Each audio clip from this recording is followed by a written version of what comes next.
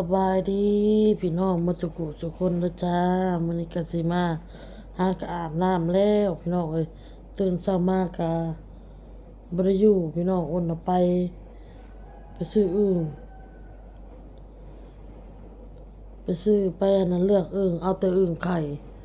มุมบ่เอาอึ่งผู้บ่เอาแต่คืออึ่งไข่ล้วน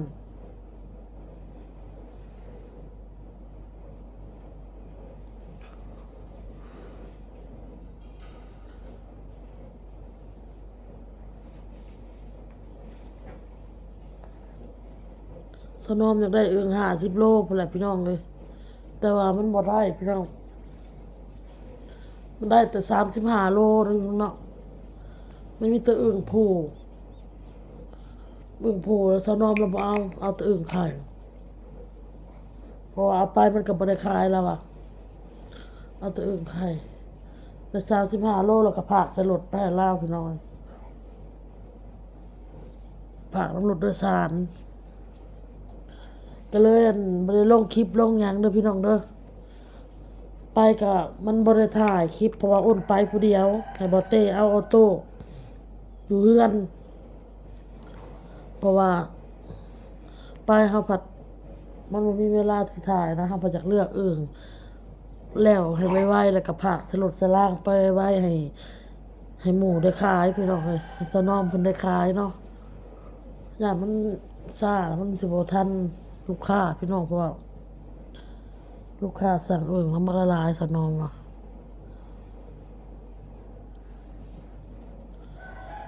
ก็เลยลงคลิปซ่าพี่น้องเอ้ยมื้อนี้นะเลือกแล้วเรียบร้อยแล้วก็มาฝากมาถ่ารัดรถอีกมาฝากให้อีกเนาะปานนี้ก็คือสิยังบ่ทันฮอดดอกพี่น้องปานนี้พุ่นน่ะต้องแซงพุ่นน่ะรับ2-3 ชั่วโมงฮอดตะแกรงนึงเนาะเอาแล้วอ้นก็สิมาตอบคอมเมนต์เด้อพี่น้องเด้อที่ FC เพิ่นคอมเมนต์มาหาเด้อพี่น้องเพิ่นคอมเมนต์ว่าสะอ้นจะเป็นหยังเวลาจะทาหน้าแต่งหน้านะแบบมันคือมันคือรอยมันคือขาวนะพี่น้องใส่แป้งผิดเบอร์บ่แม่นพี่น้องอ้นใส่แป้งผิดเบอร์นะพี่น้องเนาะแป้งที่อ้นใส่นี่คือมันเป็นเบอร์ 1พี่น้องแต่ผิวอ้นนี่มันต้องใส่เบอร์ 2หรือเบอร์ 3ให้อ้นสิมาทาให้เบิ่งเฮาก็เทิร์นซื้อมาเพราะว่าแป้งกับนี่เกือบ200พี่น้องเอ้ยเนาะเพราะว่ามันเท่า98,000อีก 2,000ก็100,000 100 กว่าบาทเป็นเงินไทยที่เพิ่นคอมเมนต์มาฮะคือขาวที่บ่พี่น้องเวลาอ้นลงไปมันสิขาวโลดหั่นน่ะ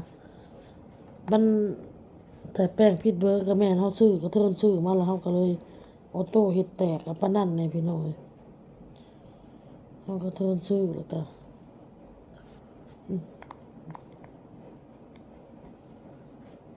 บ่เวลาเฮาลงแป้งมันก็เลยนะ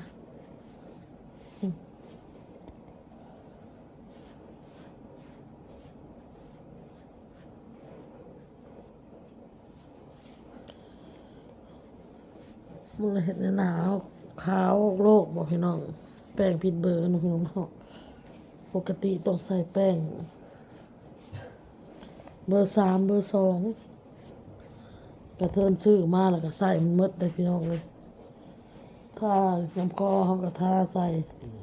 โบะใส่พี่น้องโบะลงไปหักแต่มันก็เห็นบ่เฮาทาอยู่คอมันก็ยังดำจะเท่าบางเลยฮะจะหมดเท่าบางเลยตรงท่าด้าเท่าบางเฮ้ยบ่ทาหนาก็มันเฮ็ดอกโลกคือเก่ามันบ่เข้ากับผิวเฮาก็ต้องใส่เบอร์นะพ่อ น้ำลายทุกขาวเองเลยง่ายคนบ่อะไรด้วย พี่ยัง พีญี่ปุ่นเดียวขาวพี่ญี่ปุ่นบ่ FC คอมเมนต์ว่าเจ้าละเฮ็ดหน้าขาวอ่ะคือสิไปลิ้นยิ้วนี่ประมาณนี้นะ FC ว่ากับอันนั้นขอโทษเด้อพี่น้องเด้อคันว่าหน้าตาอ้นขาวลอยกับพี่น้องเอ้ยเพื่อนอะไร ซื้อแป้งผิดเบอร์พี่น้องเอ้ย คือกิโมโนทาอันแรกอันนี้พวกอันญี่ปุ่นเลย ซูโม่ฮะ พอแมนซูโมอันกิโมจะไม่บอกซะอันคนญี่ปุ่นแต่งโตนะใส่อันแก้มแล้วก็ขาวน้ำตา บุจะคอนี่ละลาย ขูดท้าเลขแบบนี้ คันสิให้อ้นเราก็บ่ได้ใส่แป้งอันนี้แป้งตลับพี่น้องเอ้ย ถ้าซื้อ ก็เลยซื้อเสียเงินเสียคำก็ท้าไปล่ะพี่น้องเลยสิว่าความจริงซะที่ FC คอมเมนต์มากแม่นแป้งผิดเบอร์อ้นนี่น่าจะใส่เบอร์2หรือเบอร์3อันนี้มันเบอร์1มาพี่น้องเนาะแป้งนี่ค่ะนั่นแหละพี่น้องอ้นก็ขอโทษหลายๆขอโทษหลายๆ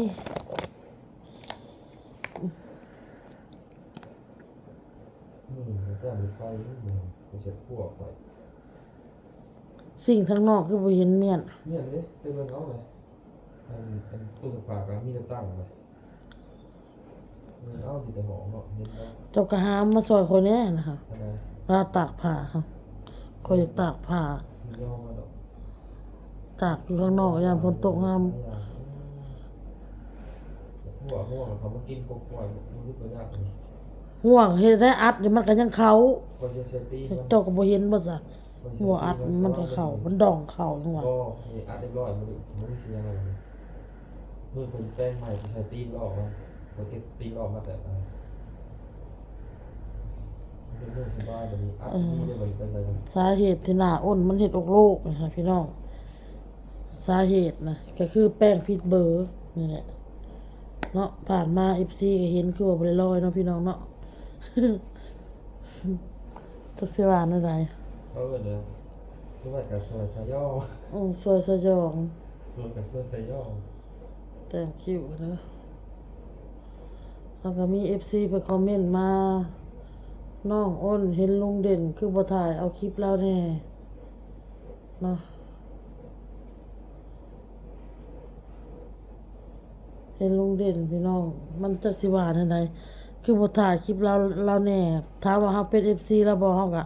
เป็นพี่น้องโอนก็ติดตามกับเบิ่งคลิปเราอยู่เนาะส่วนมากค่ะบ่ได้เบิ่งใน YouTube ส่วนมากสิเบิ่งเพจเนาะพี่น้องเนาะแต่บอกก็ติดตามทั้ง YouTube ทั้งเพจก็ติดตาม YouTube ก็ติดตามแล้วก็ เรื่องข่อยยังเบิ่งเลยเบิ่งสะจ้อเลย เพื่อนเจ้าค่ะมักเบิ่งอันพ่อใหญ่อันนั้น เข้าใจยัง มาเบิ่งพ่อใหญ่ยังว่า เหมือนคนเดียวกันบอก เดี๋ยวคิดได้ก่อน ระบบเขาซื้อของกินอยู่ แล้วมักไปถ่ายคลิปตลาดดอกซื้อเรานะว่าซื้อเราบ่จื้อแล้วพี่น้องบ่จื้อแล้ว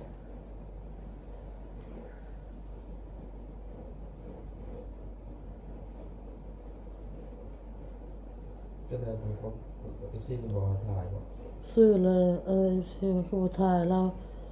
ใจดีเรานิสัยดีเราบ่ว่าดอก FC ว่านี่เฮาบ่กล้าพี่น้องเอ้ยเฮาอ้นในอันในระยะเวลานั้นนะพี่น้องมันเห็นลาวแล้วรู้สึกแบบว่าอ้นก็บ่เข้าใจว่ามันเป็นรู้สึกว่าตื่นเต้นดีใจหั้นนะพี่น้องเนาะมันสิเป็นแบบนี้นะเฮาครับแล้วก็เฮาบ่กล้าถ่ายเพิ่นหั่นเพราะว่าเฮามาคิดจะเพิ่นกับเฮาคนละสั้นกันพี่น้องเอ้ยเพิ่นค่าสิว่าเพิ่นบัดสูงส่งอะนะเพิ่นก็เป็นคนใหญ่คนดังว่าสินะคนดังคนรู้จักหลายเนาะลุงเด่นพี่น้องเนาะ เก่งๆมาแล้ว เฮา ดังเขาเป็นถ่ายคนดังนะครับ เมียเราก็บักงามๆเมียเรานะโอ้ยกระโตเราก็รูปหล่อผิวพรรณดีขาวพี่น้องเอ้ยกระโตลุงเด่นนะ คนอายุประมาณ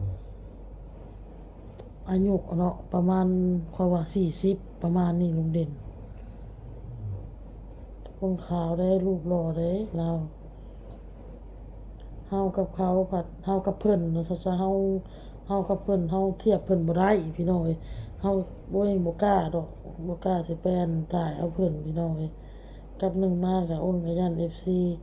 ที่เพิ่นบ่มักเฮาอะเพิ่นสิมาติมาเว้ามาหั่นมานี่แต่ว่าก็มี FC ไปคอมเมนต์นี่บ่ถ่ายก็ดีคือกันเพิ่นว่ามันสิมีผู้ที่แบบว่าบ่ค่อยมักเฮาสิมาอั่นเว้าให้เฮาแนวนั้นแนวนี้เพิ่นเว้าหั่นนะเฮ้ยอันในคอมเมนต์น่ะ หานะพี่น้องเรื่องของเรื่องมันก็แต่ว่าอ้นทำบ่ได้คิดว่าสิมี FC มาเว้าใส่นู่นนี่นั่นน่ะเฮาบ่ได้คิดในในระยะนั้นน่ะคือมันตื่นเต้นมันดีใจพี่น้องเนาะมันดีใจมันตื่นเต้นจังว่าได้พี่น้องบางทีอ้นก็คิดได้เห็นว่าซ่องน้อยๆแบบนี้นะพี่น้องก็คิดว่าเวลาอ้นไปพ่อ FC อะนะ FC ที่เขาหักเฮาเขาติดตามเฮาอะนะเวลาเห็นเฮาเพิ่นก็จะดีใจบ่เพิ่นสิตื่นเต้นบ่ประมาณนี้หั้นนะเฮาก็คิดได้แต่อ้นน่ะตื่นเต้นพี่น้องเห็นลุงเด่นน่ะว่าอันคนที่เฮาเคยเบิ่งเคยติดตามเนี่ยแล้วเฮามาเห็นตัวจริงหั้นนะมันก็ดีใจเฮาก็ตื่นเต้นอ้นก็บอกเพิ่นว่าอ้นเป็น FC เพิ่นเด้ออ้นเบิ่งเพิ่นอยู่ว่าเพิ่นเราก็เว้าเรื่องอึ่งซื้อไปยังหลายแท้สิเมื่อกินต้มอึ่งนำได้บ่เราก็ถามหยอกอะนะพี่น้องก็ได้อ้นว่า มันตื่นเต้นได้พี่น้องเอ้ยนั่นแหละอ้นกับฮู้ว่าถ้าอ้นไปเจอ FC ก็สิตื่นเต้นคืออ้นเห็นลุงเด่นพี่น้อง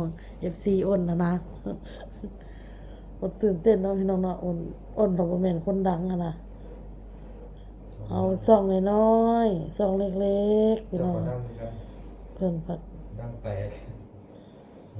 เจ้าหั่นละมีแข่งแตกน่ะไปตามกับเขาอ่ะเพิ่นจะเว้านะเจ้านะ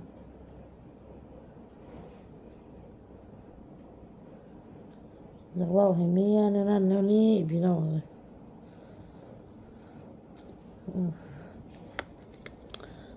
หน้าลอยบ่พี่น้องบัดนี้ก็แต่งไปตามมันนี่แหละเด้อพี่น้องเด้อนั่นแหละมาเบิ่งอ้นแต่งหน้าแล้วก็เว้าเรื่องคอมเมนต์นี่แหละพี่น้องเอ้ยอ้นก็ได้เลยเห็นกินนมแดงบ่ ก็เว้าเรื่อง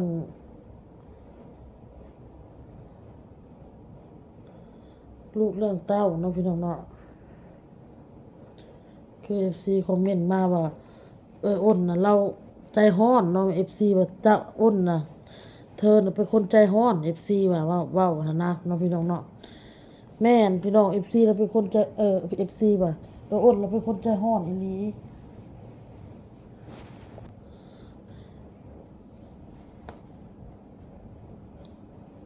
เพราะว่าแบบคันแบบกินซ่ากินไวกินซ่ากินหยังเราสิแบบป้อนมาสินะมาน้ำรถน่ะลูกสาวอะนะคะโอ้นนี่แหละเอาขนมให้ลูกเรากินละแกะเราก็แนมเบิ่งเราสังเกตเบิ่งขนาดเราสังเกตเบิ่งอันลูกของอันเอื้อยนะมาข่อยอันสิแกะให้เจ้ามาคัซั่นแล้วเจ้าสิบ่ได้กินแล้วว่ะแบบเราใจร้อนนะเราแบบ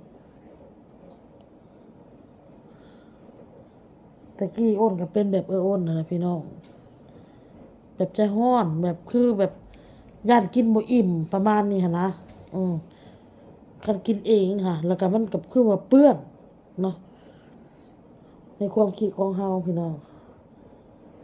อันนี้ FC ผัด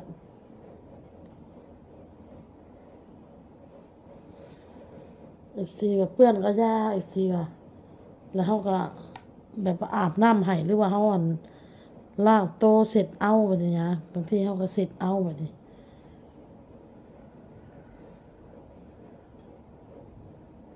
14แบบว่าเสร็จเอาเห็นบ่ออโต้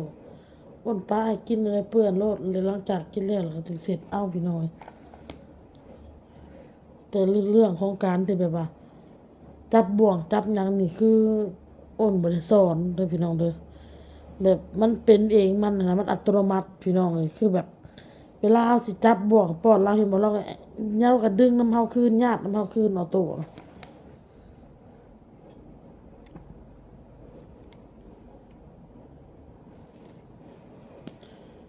แล้วล่ะพี่น้องเอ้ยแต่งหน้าสิไปกินแกงหน่อไม้คืออ้นพุ่นล่ะไปหับเอาน้องบอลเลย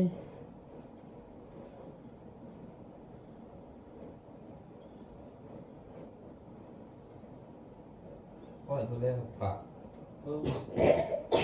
โอ้อะไรกินเมื่อวานกินหลายวัน เดี๋ยวคิดอีกเบื้องหนึ่งก่อนพี่น้องเอาไปใช้เบื้องนำพี่น้องเนาะ กินอยู่กินหวาน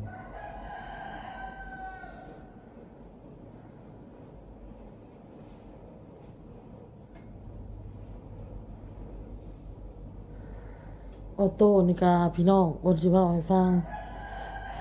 เวลาคลิปเด็กน้อยให้หรือว่าผู้ใหญ่ให้ไผให้ก็ตามค่ะเวลาเราเบิ่งคลิปก็เจ้าให้เราก็สิให้นํพี่น้องออโต้โหเป็นหยังพี่น้องเอ้ยบางทีไปเห็นน้องเมฆให้เพิ่นก็ให้เอาเป็นหยังโอนก็ยังงงบางทีอยู่ซื่อก็ให้บัดนี้